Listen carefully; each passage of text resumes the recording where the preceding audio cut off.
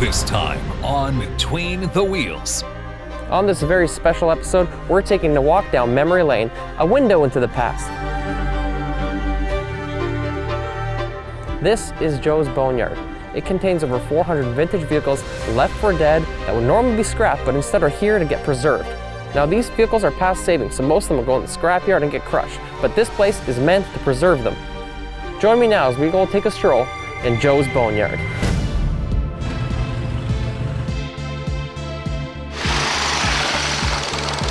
Just 60 years old.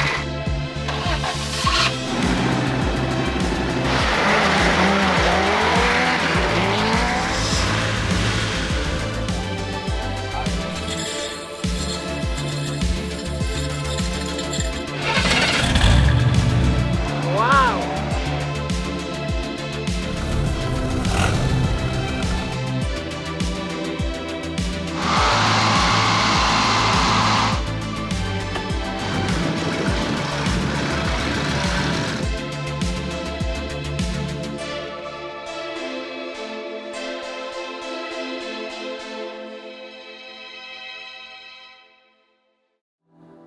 So welcome to Joe's Boneyard. This is a vintage car sanctuary. Over 400 vintage vehicles not going to the scrap. Gonna remain here as a reminder to the past. So on this episode, we're checking out all these different vehicles. We're gonna kind of take a walk through. Now there's a hell of a lot of vehicles here. I think it would take me a couple days to go through them all. So we're just gonna go for a little stroll, check out what he's got here and see what we can find.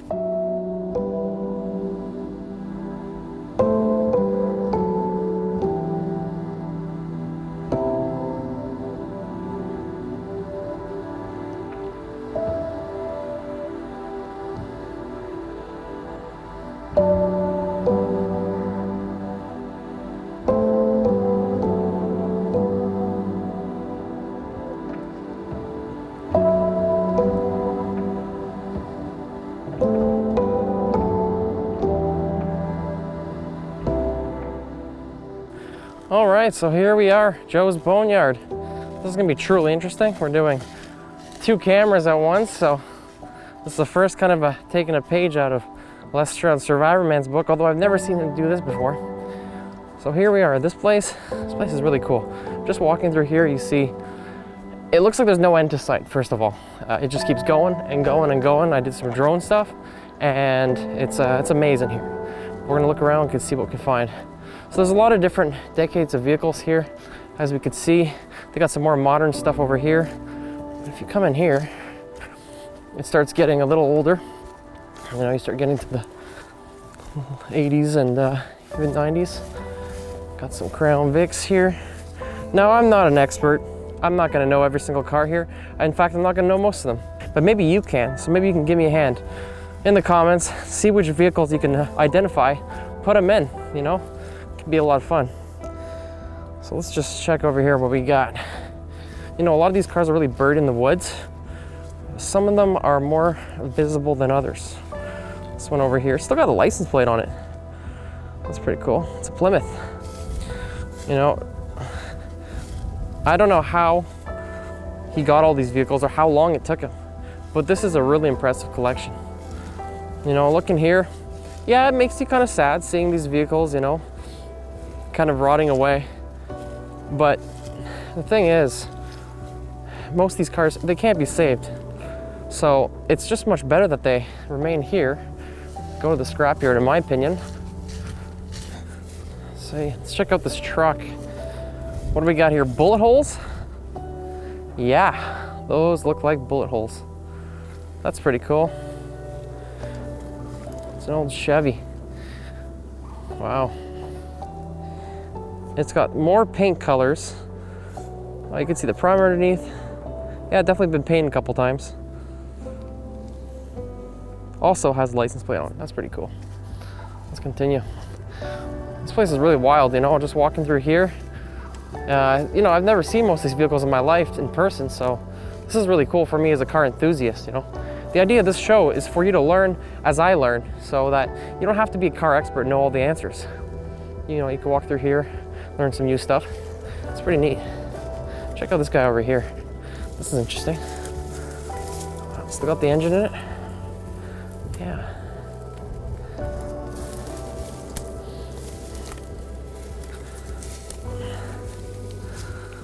And yes, a lot of them have trees growing through them. This one actually doesn't look all that bad until you look at the back. Yeah, it's just missing a huge chunk. So, most of the frames of these cars are compromised. Now, to be fair, I have seen a few that, you know, I think might be able to get saved, but it'll be a hell of a lot of work. You know, that's always the problem with these kind of things. It's how much work do you have to put into them. Let's keep walking. Very nice. This one actually looks like it's been in a fire. It's got char on it. The roof is completely, there's nothing in it. You see what I mean? Like, look at that. There's not even a bottom end to this car. There's no frame or anything. This is just part of the body. That's about it. Crazy. It's pretty precarious here too.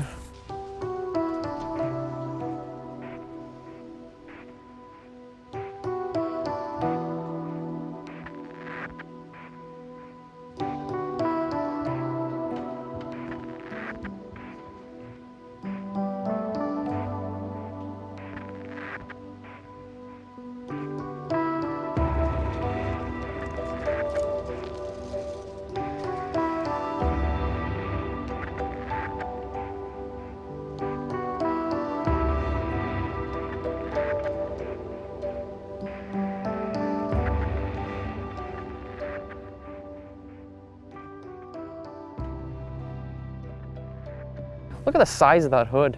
That's huge. That's the thing about these old cars. They were just big boats. So, you know, some of these cars, you've heard stories of people fitting 5 people in the back seat, you know, 4 in the front, 5 in the back. It's just crazy. So wrong these days. It's so awesome.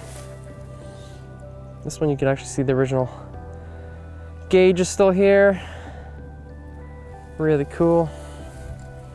Wow. And then you have some vehicles that just have really nothing left of them, and that's what one of these is.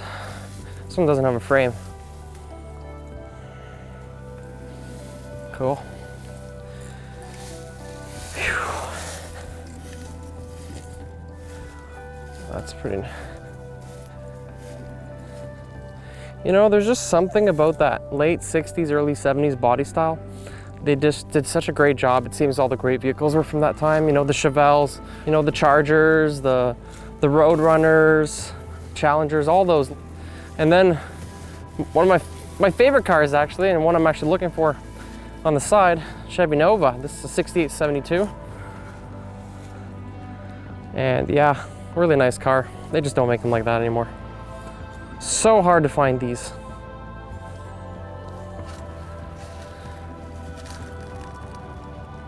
You know, something about the 50s vehicles, with the way those fenders and those lights are, it just seems like, I don't know, like a haunted vehicle. So creepy, so cool, in a good way. You got some Z28 Camaros, Firebirds. Still a lot of those around. You can still get them. They're quite common.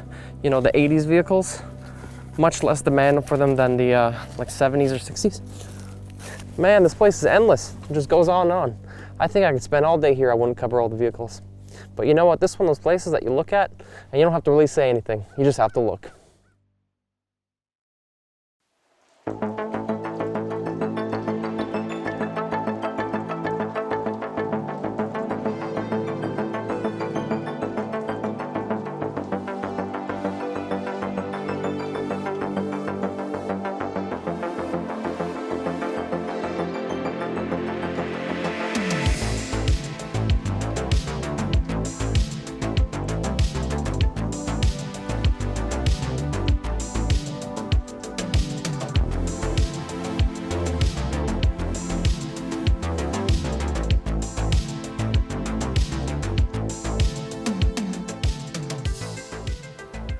Coming over here, you can see prime example of this is something that can't be saved.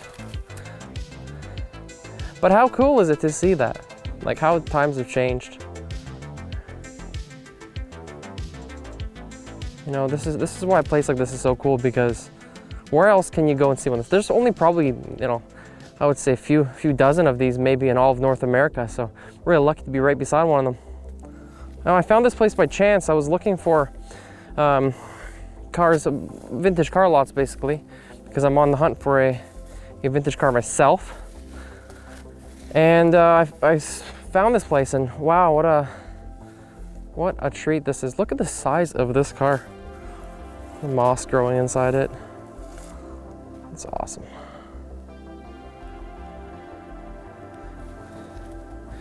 You know, I really can't tell you how huge these vehicles are in person.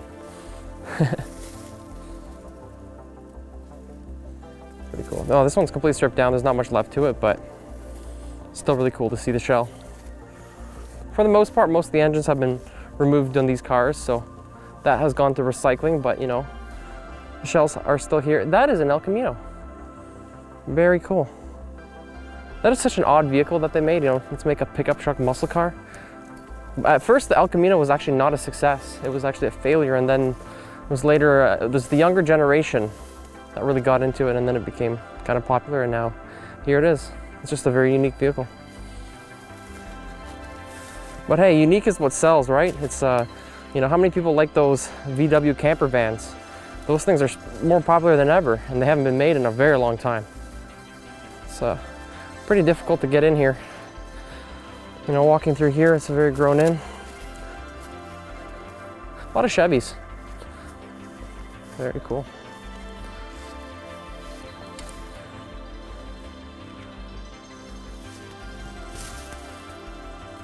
Most of them still have the license plates, so it makes me wonder.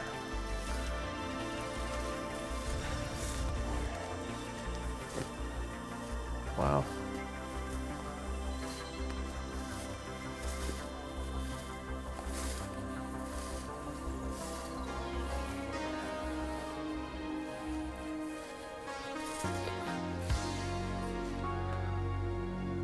Truly impressive. Unbelievable how many vehicles he's got here. I don't know how long it took him to get them all. But this is really, truly amazing. Unfortunately, he wasn't comfortable being on camera, and I totally understand that. Not everyone is. But just letting us see this place is really amazing. This guy, wow, doesn't even have a roof. So this must have been a donor car at some point. You can actually see it's been cut off. A donor car is basically a second vehicle used for your main vehicle and take the parts from it to finish it. So the roof's been cut off. Doesn't look like it's been an accident, so there's no reason for the roof to be off. Let's keep walking. Look at this little guy. That's a cute little car, isn't it? It looks in good shape. Wow, look at this.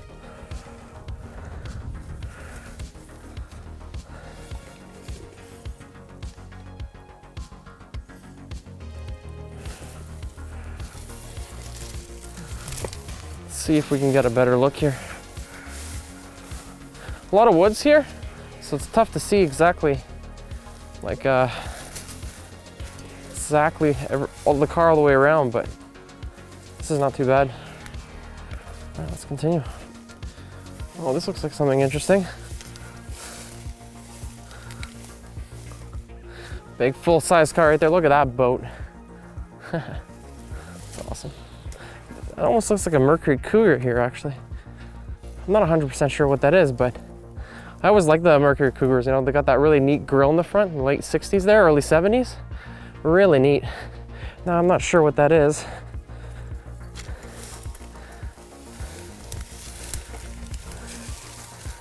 I think it might be one.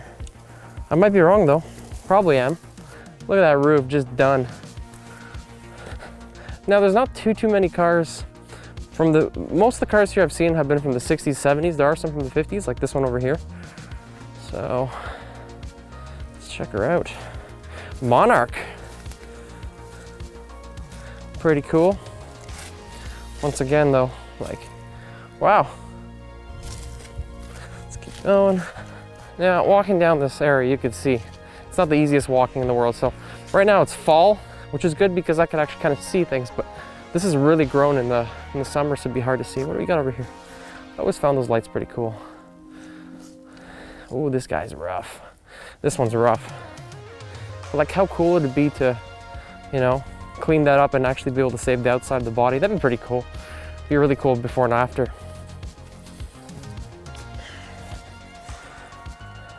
I feel like this is a Ford Falcon, maybe. That's what it looks like to me. Still learning, right? Still learning. You know, my goal one day with this show is to be able to name every single car, give you all the details and everything. That's why I'm doing this show, because I want to learn. Right now, I still have a long way to go. You can barely see it in here, but there's actually a station wagon in that forest. Wow, it's buried. Yeah, you see, this is a prime example of what I mean when you have vehicles that can't be saved. Like this is way past due, but it's still here. Oldsmobile. You know, I just love that shape of that vehicle.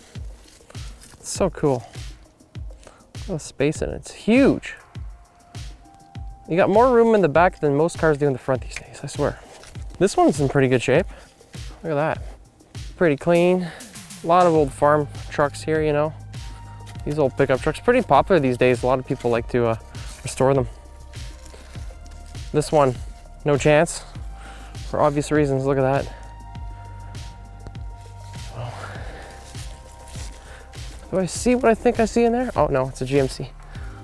There's the Home Alone van. Kevin almost gets mulched by it. The Bandits car. Actually, this one's a GMC. Very similar styling though. Wow.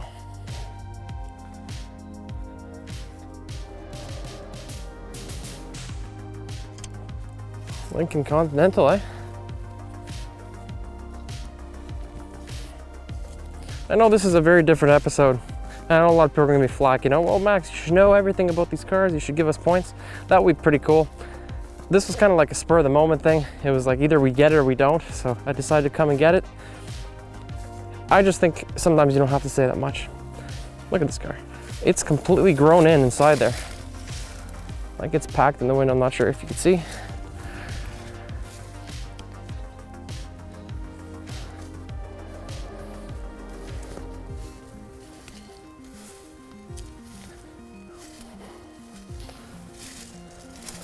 This is a beautiful car. Wow.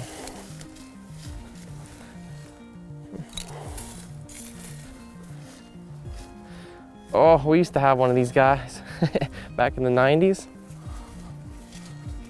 Suzuki Sidekick. No, not as cool as, you know, 60s and 70s cars, but, you know, being a 90s kid, it was kind of funny to see those. It's funny, you had the differential lock on the wheel, so you would actually have to get out of the car, crank the wheel if you wanted to turn the diff on. That's how it was done. So imagine getting stuck in the mud and having to do that. It's kind of a very old school system that's not really around anymore. You know, I feel like I'm walking around in a graveyard right now, but it's not, you know, of people, it's of cars, because it's essentially what it is. Wow.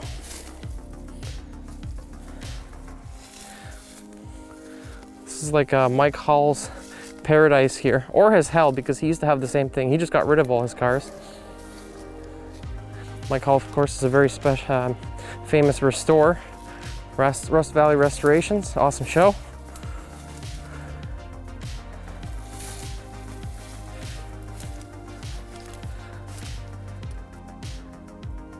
That was a convertible at one point. Doesn't have the top anymore.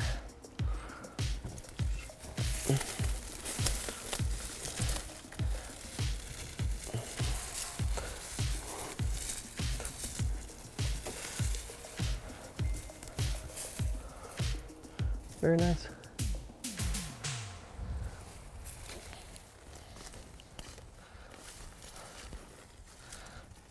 So looking at these cars, all these vintage cars, so many different styles here.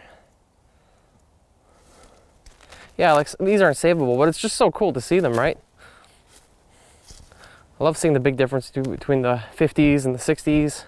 And of course in the mid 70s they changed. Very nice.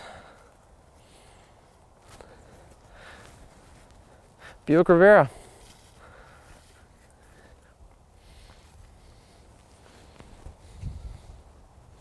There's a hearse over there. Vintage hearse, check it out. Yeah, I'm not getting near there. There might still be a coffin in there. Now it really is a graveyard. So walking around here, see all these different cars. You know, it makes me wonder all the stories these cars must have. There's just so many of them here. It'd be really cool to hear them all, but unfortunately we can't do that, but it's still really cool to see them. Looks like a Parisienne.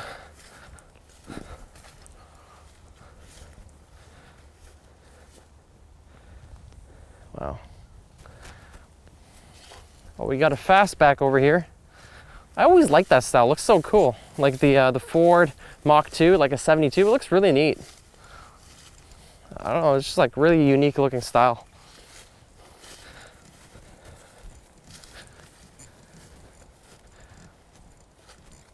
Wow. This is definitely one of the oldest ones here. This looks like it's from the 30s. Very cool. Now, people watching the show, you might be a car enthusiast or you just might be interested in the show. What's your favorite car? Let us know below and tell us why it's your favorite car.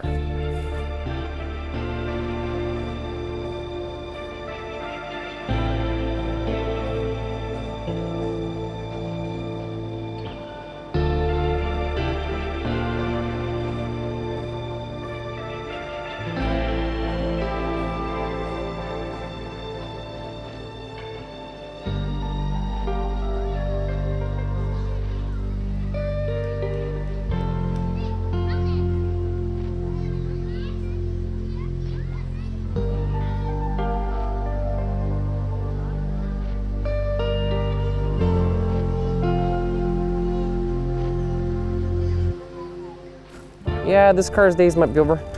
It's not going anywhere, but it's pretty cool to know that it's not gonna go to some scrapyard and get destroyed. This place, it's magical. I gotta tell you, Joe's got a really cool place here.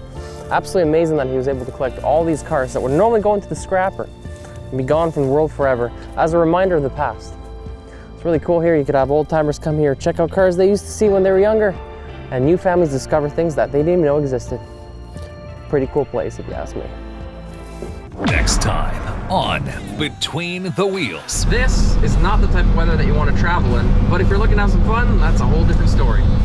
This thing's an absolute beast in the winter, no problems. I could have a little more fun than the average person. But the truth is, it is a pretty damn good car. It's just the reliability issue. I will never financially recover from this for a reason. I bought this thing for $27,000. In 3 years, I spent